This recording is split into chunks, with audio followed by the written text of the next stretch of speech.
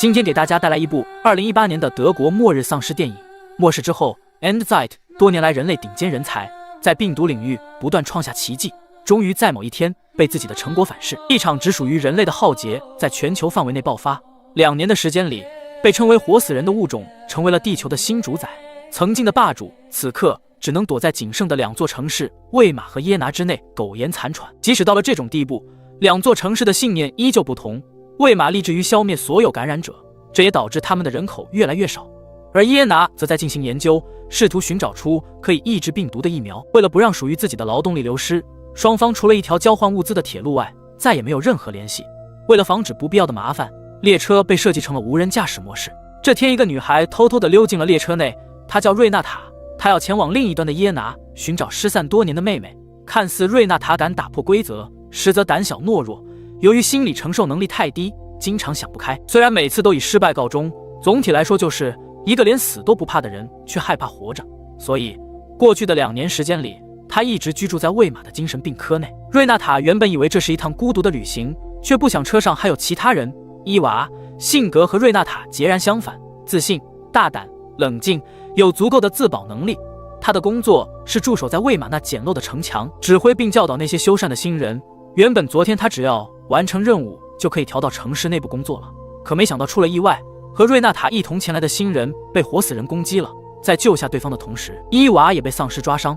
他不想死，更不想变成一只怪物，于是选择前往耶拿寻找最后一丝活下去的希望。伊娃的出现让瑞娜塔感到十分不舒服，特别是看到对方那冷漠的样子，甚至有一种缺氧的感觉。如果列车就这样一直行驶直至终点，或许2人也不会有更多的交集。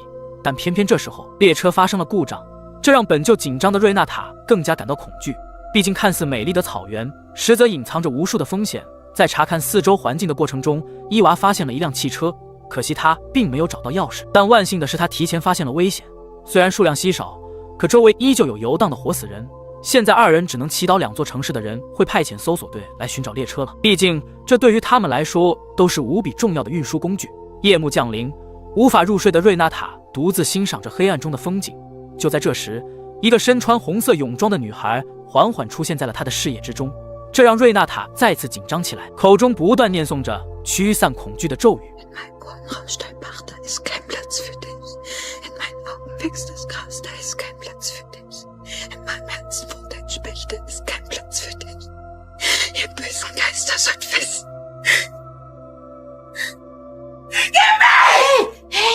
被惊醒的伊娃急忙查看四周的情况，可眼前除了漆黑的草原外什么都没有。这一刻，伊娃并不关心瑞娜塔到底看见了什么，只知道这个女人的尖叫声已经将周围的感染者全部吸引了过来，嘶吼声在寂静的夜空不断回荡。看着想要破门而入的感染者，瑞娜塔突然释怀了，或许这就是她的结局，这就是她应得的下场。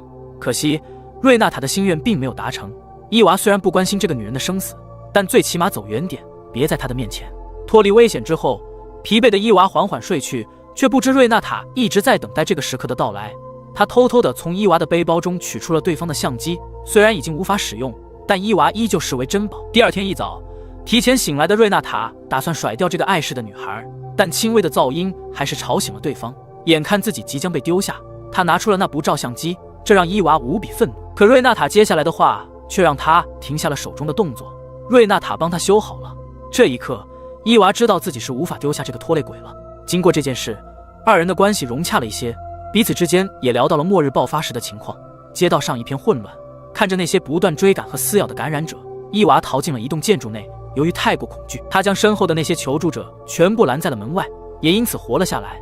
至于瑞娜塔和几个朋友在屋顶躲了3天，没有食物和水，就在他奄奄一息的时候被人救了，只不过其他人都失去了生命。不久之后，2人发现了寻找列车的搜索队，可惜所有人都成为了感染者的腹中餐。为了不变成怪物，这些幸存者在最后一刻用子弹贯穿了自己的中枢神经。就在伊娃2人准备离开的时候，被一只感染者发现了。惊恐中，2人只能向着森林深处跑去。不知不觉中，他们迷失了方向。太阳西下，最终只能在一座废弃的瞭望塔中过夜。夕阳的余晖映照在空旷的草原之上，一对长颈鹿出现在了他们的视野中。伊娃急忙用手中的相机记录下了这美妙的一刻。在末日降临后，这些野生动物反而获得了喘息，没人再去猎捕。感染者似乎对人以外的生物并不感兴趣。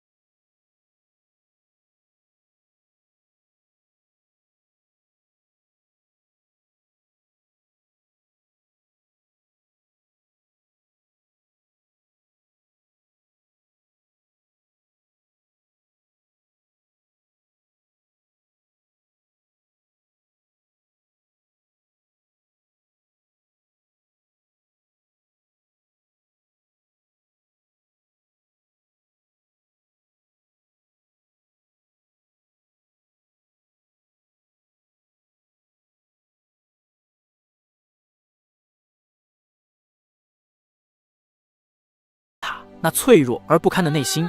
就在他们扭打的过程中，伊娃露出了那道被丧尸抓伤的疤痕。最终，二人走向了不同的道路。瑞纳塔独自走在荒野之中，一个人的旅程是孤独且寂寞的，更别说是在这个危机四伏的末日之下。但他的运气似乎非常好，竟然在这种情况下碰到了一个人类，准确的说是新时代的变种人。